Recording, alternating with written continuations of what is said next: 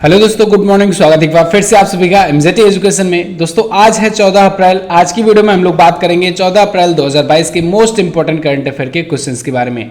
पूरी वीडियो ध्यान से देखिएगा, पूरी वीडियो डिटेल में आपको समझाई गई है। अगर वीडियो पसंद आए तो वीडियो को लाइक और शेयर जरूर कर देना।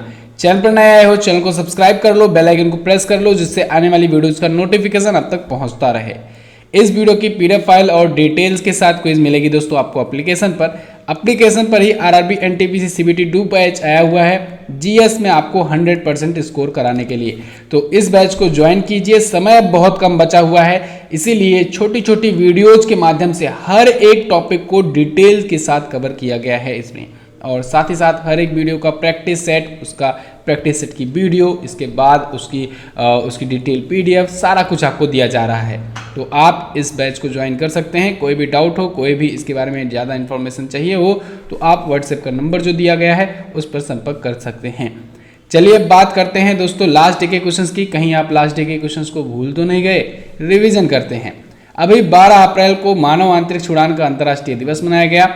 गुजरात दोस्तों एक बार फिर से नीति आयोग के राज्य ऊर्जा और जलवायु सूचकांक में टॉप पर आ गया है। बाबर आजम और राचेल हेंस को ICC player of the month का अवार्ड मिला हुआ है मार्च 2022 के लिए। शहबाज शरीफ पाकिस्तान के 23वें प्रधानमंत्री के रूप में शपथ ग्रहण किए हैं। और अभी डीआरडीओ ने हेलिना नामक मिसाइल का सफलतापूर्वक परीक्षण किया है। डॉक्टर मनोज सोनी यूपीएससी के यानी यूनियन पब्लिक सर्विस कमीशन के बनाए गए हैं नए अध्यक्ष। और अभी इंडस मर्चेंट सॉल्यूशन ऐप ने, जो कि इंडस इंड बैंक का ऐप है, इसने सीएक्स डिजिटल सीएक्स अवार्ड 2022 जीता हुआ है। उत्तराखंड सरकार ने 1064 भ्रष्टाचार विरोधी मोबाइल ऐप लॉन्च किया। और हिमाचल प्रदेश के कांगड़ा चाय को अभी यूरोपीय आयोग के द्वारा जीआई टैग दिया गया है। अभी कर्नाटक विकास ग्रामीण बैंक ने विकास श्री संपत्ति 1111 योजना शुरू करी हुई है। ये तो थे टॉप 10 करंट अफेयर के क्वेश्चंस कल के दिन के। कल मैंने आपसे 2 क्वेश्चंस भी पूछे हुए थे, कई लोगों ने आंसर किया था। किस देश में आज तक कोई भी प्रधानमंत्री अपना कार्यकाल नहीं पूरा कर पाया है? तो वो है पाकिस्तान। पाकिस्तान में अभी 23वें प्रधानमंत्री के रूप में शहबाज शरीफ आए हैं, यानी कि आज़ाद हुआ भारत के साथ वहाँ पर 23वें नंबर पर प्रधानमंत्री पहुँच चुके हैं। हमारे यहाँ 15वें नंबर पर भी चल रहे हैं। ठीक है, एक ब्लॉक एक उत्पाद योजना है हरियाणा सरकार की। क्लियर? दोनों क्वेश्चंस के बारे में काफ़ी लोगों ने बहुत अच्छे से डिटेल में आंसर किया था। आप सभी लोग ऐसे ही किया करो। चलिए बात करते हैं आज के दिन के शानदार क्वेश्चंस की। तो शुरुआत करते हैं पहले क्वेश्चन से। पहला क्वेश्चन है दोस्तों, जलियांवाला बाग हत्याकांड स्मृति दिवस किस दिन मनाया जाता है? ये बहुत ही इंपॉर्टेंट क्वेश्चन है दोस्तों। 13 अप्रैल 1919 में हुआ था जलियांवाला बाग हत्याकांड। ठीक है, तो उसी की याद में 13 अप्रैल को जलियांवाला बाग हत्याकांड स्मृति दिवस मनाया जाता है। जलियांवाला हत्याकांड जहां पर हुआ था अमृतसर में दोस्तों, वहां पर देखिए कुछ इस प्रकार से स्मृतिका बनाई गई है। जलियांवाला बाग हत्याकांड 13 अप्रैल 1919 को हुआ था। वहां पर जो आम नागरिक हैं दोस्तों, एक बार एक बाग में या कहीं एक मैदान में इकट्ठा हो गए थे रॉलेट एक्ट के विरोध में। रॉलेट एक्ट जो है इसे काला कानून के नाम से जाना जाता है। तो काला कानून उस टाइम पर आया हुआ था, वही 1919 में। और उसी टाइम पर इसी का विरोध करने के लिए, शांतिपूर्ण प्रदर्शन करने के लिए गए हुए थे भारतीय नागरिक। आम नागरिक थे, निहत्थे थे, शांतिपूर्ण प्रदर्शन कर रहे थे। लेकिन उसी टाइम पर ब्रिटिश शासन के जनरल डायर आ गए और इन्होंने बिना किसी चेतावनी की गोलियां चलवा दी। 1000 लोगों से ज़्यादा लोगों की उसमें मृत्यु हो गई। हालांकि ऑफिशियल्स का कहना है कि उसमें 319 लोगों की मृत्यु हुई थी, लेकिन ऐसा नहीं था। वहाँ पर हजारों से ज़्यादा की संख्या में लोगों की मृत्यु हुई। कई लोग तो कुआं था, उसी कुएं में गोलियों से बचने के लिए कूद पड़े। और उस कुएं में जो लोग कूदे उनके ऊपर लोग कूदते गए और बेचारे दब करके उसमें कई लोग मर गए। यानी कि सभी लोग अपनी जान बचाने के लिए उसमें कूदते गए और एक पूरा ढेर से वो कुआं ही पट गया था। उसमें कई लोग नीचे दबकर मर गए। बहुत ही दुखद घटना थी दोस्तों ये। महात्मा गांधी जी आगे चल करके 1920 में इसी के विरोध में और रॉलेट एक्ट के विरोध में, यानी जलियांवाला बाग नरसंहार और रॉलेट एक्ट, इस दोनों के विरोध में 1920 में असहयोग आंदोलन शुरू किए। तो जलियांवाला बाग हत्याकांड जो हुआ था 13 अप्रैल को, उसी के लिए इस बार 103वीं बरसी मनाई गई। अगला देखते हैं, जंगली जानवरों को कानूनी अधिकार देने वाला दुनिया का पहला देश कौन बना? तो वो बन गया है दोस्तों इक्वाडोर। इक्वाडोर ने अभी वहाँ की जो सुप्रीम कोर्ट है, कह सकते हैं जो सर्वोच्च न्यायालय है, उसने अभी जंगली जानवरों को राइट्स देने के लिए, एनिमल राइट्स देने के लिए एक कानून लाया हुआ है।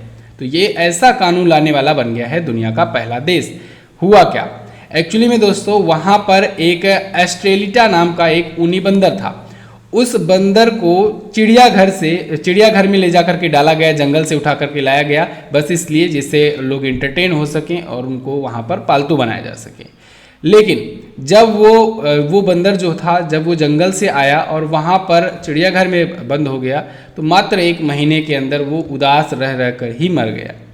तो इसको देखते हुए पेटिशन दायर हुआ, कुछ लोगों ने, कुछ जो ह्यूमन राइट्स वाले हैं या और सब हैं, वो वहाँ के हाई कोर्ट, सुप्रीम कोर्ट जो भी है, वहाँ की अदालत में दायर की याचिका, और फिर उसकी जो सर्वोच्च अदालत है उसके द्वारा ये डिसीजन लिया गया कि अब से जंगली जानवरों को कानूनी अधिकार मिलेगा। ठीक है ना, तो ये आपको याद रखना है, बहुत ही इंपॉर्टेंट क्वेश्चन है। अभी आपको याद होगा इक्वाडोर में ही ड्रग अपराधों की वजह से आपातकाल लगा था। ड्रग अपराधों की वजह से अगर आपसे फूड इमरजेंसी पूछा जाए, यानी खाद्य आपातकाल कहाँ लगा, तो आप बताएंगे श्रीलंका। ड्रग अपराधों के लिए कहाँ लगा, तो आप बताएंगे इक्वाडोर। और अभी लगा था कनाडा में दोस्तों, जब कोविड वैक्सीनेशन के लिए लगा था इमरजेंसी। तो ये अभी 3 इमरजेंसियाँ हाल फिलहाल में लगाई गई हैं। ठीक है, बाकी रसिया और यूक्रेन का कॉन्फ्लिक्ट तो अभी भी चल रहा है। फिलहाल हम लोग बात करेंगे इक्वाडोर की। इक्वाडोर दोस्तों एक साउथ अमेरिकन एक कंट्री है। आप देख पाएंगे मैप में, ये साउथ अमेरिका कॉन्टिनेंट है, इसमें यहाँ पर है इक्वाडोर, कुछ इस प्रकार से है इक्वाडोर। इक्वाडोर की कैपिटल है क्विटो। क्या है कैपिटल इसकी, है क्विटो यहाँ पर जो है। और यहाँ के करंट टाइम के प्रेसिडेंट हैं गिलेर्मो रासो। कौन है, गिलेर्मो रासो। यहाँ की करेंसी भी यूएस डॉलर ही होती है। क्या होती है, यूएस डॉलर। अगला देखते हैं, अगला क्वेश्चन है भारत के G20 के मुख्य समन्वयक कौन बने। तो भारत के G20 के मुख्य समन्वयक या कहें चीफ कोऑर्डिनेटर दोस्तों बन गए हैं हर्षवर्धन श्रृंगला जी। हर्षवर्धन श्रृंगला अभी की वर्तमान में बात करें तो ये वर्तमान में विदेश सचिव हैं। कौन है, विदेश सचिव हैं, लेकिन ये होने वाले हैं रिटायर। अभी इसी महीने में ये रिटायर हो जाएंगे। अब ये जब रिटायर हो जाएंगे, यहाँ पर आपको इमेज में देख लीजिए इनको, विदेश सचिव हैं ये करंट टाइम पर हर्षवर्धन श्रृंगला जी। तो जब ये रिटायर हो जाएंगे तो इनकी जगह पर कौन आएंगे, BM क्वात्रा, विनय मोहन क्वात्रा जी आएंगे, जो अभी नेपाल में भारत के राजदूत के पद पर हैं। तो ये नॉमिनेट हो चुके हैं, मैंने आपको बताया था अभी कुछ दिन पहले ही वीडियो में। तो ये अब होंगे नए विदेश सचिव। तो हर्षवर्धन श्रृंगला जी अभी जा रहे हैं G20 के मुख्य समन्वयक के रूप में बनकर के। अब देखो G20 का मुख्य समन्वयक क्यों बनाया जा रहा है, क्योंकि दोस्तों इंपॉर्टेंट ये है, इसलिए है क्योंकि 1 दिसंबर 2022 से भारत अब मेजबानी करने वाला है। क्योंकि 1 दिसंबर 2022 के बाद से भारत अध्यक्षता ग्रहण कर लेगा इंडोनेशिया से। अभी आपको पता होगा G20 की होने वाली है समिट 15 और 16 नवंबर को होगी। तो जब ये 16 और 15 नवंबर को होगी तो नवंबर भर पूरा मान लिया जाता है, चलो आप ही के पास अध्यक्षता रहेगी 2022 की। ठीक है, इसके बाद 1 दिसंबर से लेकर के अगली समिट होने तक भारत के पास अध्यक्षता रहने वाली है। यानी कि सीधी सीधी लैंग्वेज में कहें कि 2023 में भारत अध्यक्षता करने वाला है G20 की। तो 2023 में अध्यक्षता करने वाला है, तो उस अध्यक्षता को ये ग्रहण करेंगे। जो ग्रहण करता है या जो पूरा ऑपरेट करवाता है वो होता है मुख्य समन्वयक, चीफ कोऑर्डिनेटर, तो उसी पद पर रहेंगे। तो ये बड़ा इंपॉर्टेंट टर्म है। अच्छा, इस बार G20 शिखर सम्मेलन जो होने वाला है इंडोनेशिया में, ये देखना बड़ा इंटरेस्टिंग होगा, क्योंकि इंडोनेशिया जो है अब इसका व्यापार रसिया से भी है और इस पर प्रेशर पड़ेगा यूएस का भी, यूनाइटेड स्टेट्स ऑफ अमेरिका का भी। अब यूनाइटेड स्टेट्स ऑफ अमेरिका इसलिए डालेगा कि आप रूस को ना बुलाओ, क्योंकि रसिया भी इसका सदस्य है G20 का। रसिया को आप इसमें ना बुलाओ और फिर देखो अब कैसे किस प्रकार से ये बुलाता है या क्या करता है। रसिया भी प्रेशर डालेगा कि भाई हम क्यों नहीं आएंगे, हम तो सदस्य हैं, या तो हमें बाहर करो। ठीक है ना, तो ये बड़ा होगा और बड़ी अच्छी बात है कि भारत अब अगली साल करेगा, तब तक हो सकता है युद्ध शांत हो जाए। वैसे अभी कोई उम्मीद तो दिख नहीं रही है। फिलहाल G20 के शेरपा भारतीय वाणिज्य मंत्री पीयूष गोयल जी हैं। याद रखना है G20 के शेरपा कौन है, पीयूष गोयल जी, ये भी पूछा जा सकता है। अच्छा, अगर वीडियो समझ में आती हो, अगर वीडियो अच्छा लगता हो, आपको जो चीज़ें बताई जाती हैं वो दिमाग में बैठ जाती हो, तो प्लीज़ वीडियो को लाइक और शेयर जरूर कर दिया करो। आप लोग लाइक और शेयर आजकल नहीं करते हो। वीडियो को लाइक करोगे, शेयर करोगे तो हमारा भी कॉन्फिडेंस बढ़ा रहेगा और आपको और अच्छे तरीके से समझाने का प्रयास किया करूँगा। ठीक है, नहीं तो जब मोटिवेशन डाउन रहता है तो बस यही रहता है कि चलो किसी तरीके से बना दो बस। तो आप लोग थोड़ा मोटिवेट किया करो, ठीक है ना, हमें भी मोटिवेशन की ज़रूरत होती है। तो आप लाइक और शेयर के माध्यम से हमें मोटिवेट कर सकते हो। चलिए फिलहाल देखते हैं अगला क्वेश्चन। किस राज्य सरकार ने लोगों को ऑनलाइन शिकायत दर्ज कराने में मदद के लिए जन निगरानी ऐप लॉन्च किया? तो जन निगरानी ऐप अभी हाल ही में लॉन्च किया है जम्मू कश्मीर ने।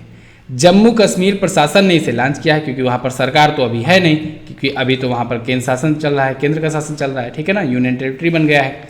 तो जन निगरानी ऐप वहाँ के प्रशासन के द्वारा अभी लॉन्च किया गया है, ठीक है। जो ऑनरेबल वहाँ के लेफ्टिनेंट गवर्नर हैं मनोज सिन्हा जी, उन्होंने लॉन्च किया हुआ है। अच्छा, समझिए ये जन निगरानी ऐप क्या करेगा। ये दोस्तों जो योजनाएं वहाँ पर चलती है ना, वो योजनाएं ग्राउंड लेवल पर कितना वर्क कर रही हैं, ग्राउंड लेवल पर चल रही हैं कि नहीं, इसके खिलाफ आम नागरिक ऑनलाइन शिकायत दर्ज कर सकते हैं। तो वहाँ के ग्रामीण विकास एवं पंचायती राज विभाग के द्वारा ये लॉन्च किया गया है। अभी दोस्तों आपको पता होगा कुछ दिन पहले ही जन सहकारिता पोर्टल लॉन्च किया गया था, ठीक है। सहकारिता या कहे सहभागिता पोर्टल लॉन्च किया गया था। तो जब जन सहभागिता पोर्टल लॉन्च किया गया था गृह मंत्रालय के द्वारा, तो वो भी जम्मू कश्मीर के लिए लॉन्च किया गया था, जिससे लोग जन भागीदारी कर सकें, लोगों से जुड़ सकें, ठीक है ना, जिससे वहाँ के लोग ऐसा ना समझे कि हम भारत के सदस्य नहीं हैं, हमें उपेक्षित किया जाता है, ऐसा कुछ। तो लोगों को जोड़ा जा रहा है, कनेक्ट किया जा रहा है। अभी कल ही मैंने आपको मोबाइल ऐप और पोर्टल पर वीडियो दी हुई है। डेली शाम को दोस्तों एक वीडियो आती है, 10 दिन 10 क्लास पर चल रहा है वीडियो, एक सीरीज चल रही है 10 दिन 10 क्लास। तो रोज़ाना 8 बजे होती है 10 दिन 10 क्लास।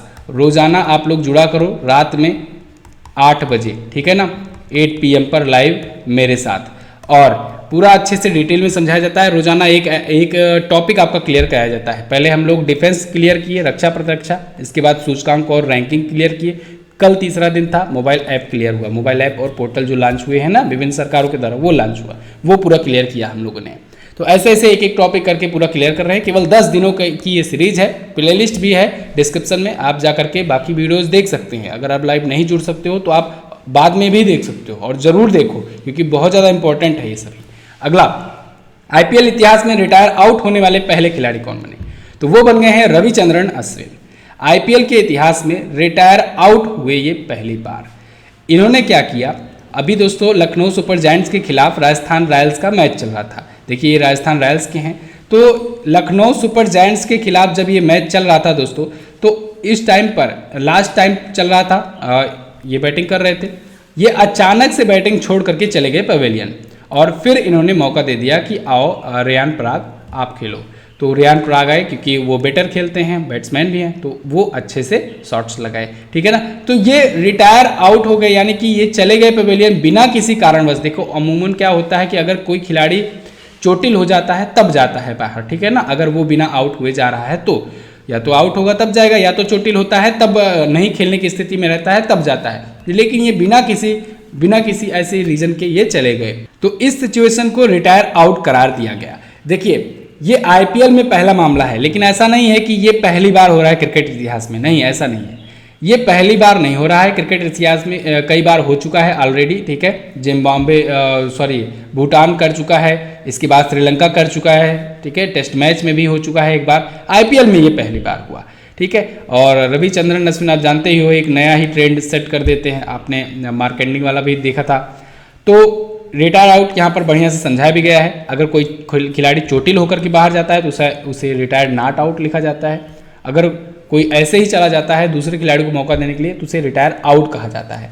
इंपॉर्टेंट टर्म है, याद रखना चाहिए आपको, ठीक है। चलो, तो फिलहाल ये IPL चल रहा है। IPL के बारे में सारा कुछ तो आपको बताया ही जा चुका है, वीडियो ज़्यादा सर्च करके देख सकते हैं।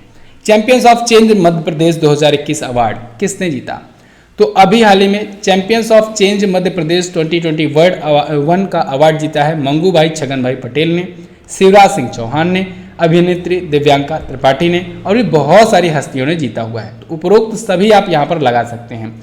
ये है गवर्नर ऑफ MP, और ये हैं चीफ मिनिस्टर ऑफ MP, और ये तो एक्ट्रेस हैं ही, ठीक है। तो champions of change Madhya Pradesh award अभी हाल फिलहाल में दिया गया। ये अवार्ड ना बेसिकली ऐसे लोगों को दिया गया जो मध्य प्रदेश से रिलेट रखते हैं, मध्य प्रदेश से रिलेट करते हैं, और मध्य प्रदेश को चेंज करने में वो अपना योगदान दिए हुए हैं।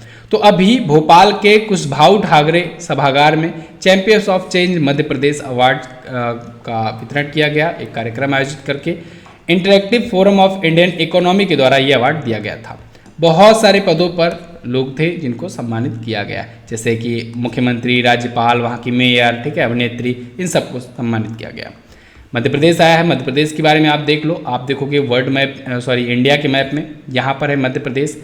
भोपाल इसकी राजधानी है। शिवराज सिंह चौहान बीजेपी पार्टी से सीएम, मंगू भाई छगन भाई पटेल यहाँ के गवर्नर और चीफ जस्टिस हैं रवि विजय कुमार मलिमात। क्लियर है। सबसे ज्यादा नेशनल पार्क मध्य प्रदेश में ही है, 11 नेशनल पार्क हैं। Madhav national park, Van Vihar national park, Panna national park, Pench national park, Sanjay national park, Bandhavgarh national park, ठीक है ना, बहुत सारे नेशनल पार्क यहाँ पर हैं। ठीक है, चलिए अगला देखते हैं। एयरपोर्ट्स काउंसिल इंटरनेशनल 2021 के अनुसार दुनिया का सबसे व्यस्ततम एयरपोर्ट कौन सा है? तो वो है दोस्तों अटलांटा इंटरनेशनल एयरपोर्ट, या कहें इसका पूरा नाम है Hartsfield Jackson Atlanta international airport. Second पर डलास फोर्ट विल्थ है। एक्चुअली में यहाँ पर टॉप 10 की लिस्ट दी गई है, आप इसे देख सकते हो। इन्होंने टॉप 10 का ही लिस्ट निकाला ही है, यानी कि केवल 10 ही हैं ही इस रिपोर्ट में, इस लिस्ट में। तो टॉप 10 यहाँ पर पूरा दिख रहा है। इस लिस्ट को दोस्तों सबसे ज़्यादा यात्री कहाँ पर कितना रन किए, ट्रेवल किए, इसको देखते हुए जारी किया गया है। जैसे आप देख पाएंगे 75.7 मिलियन यात्री हर्ट्सफील्ड जैक्सन अटलांटा इंटरनेशनल एयरपोर्ट पर सफ़र किए 2021 में। क्लियर है। इसमें कोई भी भारतीय नहीं है क्योंकि केवल टॉप 10 की लिस्ट आई है और टॉप 10 में कोई भारतीय है नहीं। ओके, अच्छा, अभी एक और लिस्ट आई हुई थी दुनिया के सबसे व्यस्ततम एयरपोर्ट की, तो वो दोस्तों उसमें दुबई इंटरनेशनल एयरपोर्ट था टॉप पर। अगला देखते हैं। हाल ही में किसने EY entrepreneur of the year 2021 का अवार्ड जीता? ये बड़ा इंपॉर्टेंट क्वेश्चन है। EY entrepreneur of the year 2021 का अवार्ड इस बार मिला है फाल्गुनी नायर को। फाल्गुनी नायर, आप इनको जानते होंगे दोस्तों, भारत की सबसे अमीर महिला हैं। अभी हुरून की रिचेस्ट की लिस्ट आई हुई थी विमेंस की, उसमें ये दुनिया की 10वीं सबसे अमीर महिला बनी थी और भारत की सबसे अमीर महिला बनी थी। ये नायका की फाउंडर हैं और ये वर्तमान में भारत की सबसे अमीर महिला हैं। तो इनको EY entrepreneur of the year का अवार्ड मिला हुआ है इस बार। ठीक है, ये इससे पहले स्टार्टअप कैटेगरी में एक बार जीत चुकी हैं 2019 में, तो वो 2019 में स्टार्टअप कैटेगरी में जीती थी। अभी ये EY entrepreneur of the year का अवार्ड जीती हुई हैं। इनके अलावा AM नाइक को लाइफ टाइम अचीवमेंट का अवार्ड इसी में मिला। ठीक है ना, दोनों आप याद रखेंगे। अच्छा, अगर पूछा जाए पिछली बार के कौन जीता था 2020 वाला, तो 2020 वाला हर्ष कुमार मारीवाला ने जीता था। कौन? हर्ष कुमार मारीवाला। मारी गोल्ड बिस्किट आप खाते हो ना, उसी के संस्थापक, तो इन्होंने जीता था। अगला, हाल ही में किस IIT संस्थान ने भारत का पहला स्वदेशी पॉलीसेंट्रिक प्रोस्थेटिक घुटना कदम बनाया? तो दोस्तों अभी हाल ही में IIT मद्रास ने बनाया हुआ है एक पॉलीसेंट्रिक प्रोस्थेटिक घुटना, जिसका नाम रखा है कदम। कुछ इस प्रकार से दिखेगा दोस्तों कदम, यहाँ पर देख लीजिए, कुछ इस प्रकार से होगा। तो ये पॉलीसेंट्रिक घुटना है, और या कहें सिंपल लैंग्वेज में कहें आर्टिफिशियल घुटना होगा। तो IIT मद्रास ने इसे बनाया हुआ है। नाम क्या दिया है इसको? नाम इसको दिया है कदम। यहाँ पर आप देख पाएंगे नाम है इसका कदम। IIT मद्रास ने इसे डेवलप किया हुआ है मोबिलिटी इंडिया और सोसाइटी फॉर बायोमेडिकल टेक्नोलॉजी के सहयोग से। मेड इन इंडिया के तहत ये बनाया गया है। अच्छा, अभी एक NIRF रैंकिंग आई हुई थी, इसमें IIT मद्रास जो है ये लगातार तीसरी बार सर्वश्रेष्ठ इंस्टीट्यूट बना था भारत का। अगला, हाल ही में किस शहर को tree city of the world 2021 के रूप में मान्यता मिली? ये भी बहुत इंपॉर्टेंट क्वेश्चन है। Tree city of the world 2021 के रूप में मान्यता मिली है भारत के 2 शहरों को, मुंबई और हैदराबाद को। ध्यान रखिएगा, 2021 में मुंबई और हैदराबाद को मिली हुई है, और 2020 में केवल हैदराबाद ही बना था भारत का इकलौता शहर जिसे tree city of the world में मान्यता मिली हुई थी पिछली बार, लेकिन इस बार 2 शहरों को मान्यता मिली हुई है। ठीक है ना, तो याद रखना है, बहुत इंपॉर्टेंट क्वेश्चन है। पिछली बार ये पूछा भी गया था, अभी भी ये पूछा जाएगा। हैदराबाद लगातार दूसरी बार बना हुआ है। किसके द्वारा बनाया गया? ये यूनाइटेड नेशन के फूड एंड एग्रीकल्चर ऑर्गेनाइजेशन और आर्बर डे फाउंडेशन के द्वारा लिस्ट जारी की जाती है।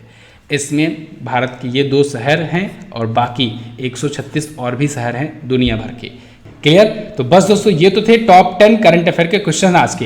तो आप जाइएगा मत, अभी आज हम लोग बात करेंगे बिहार की।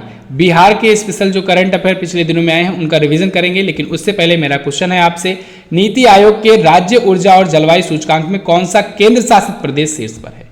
अगला, कौन सा cricketer 2 bar ICC player of the month का अवार्ड पाने वाला पहला खिलाड़ी बन गया है? दोनों क्वेश्चंस के बारे में आपको जो पता हो डिटेल में जरूर कोशिश करना आंसर करने की। अब बात करेंगे हम लोग बिहार के करंट अफेयर की। तो बिहार स्पेशल करंट अफेयर देख लीजिए, आप लोग डिमांड भी कर रहे थे और बहुत सारे बिहार के एग्जाम भी लगे हुए हैं।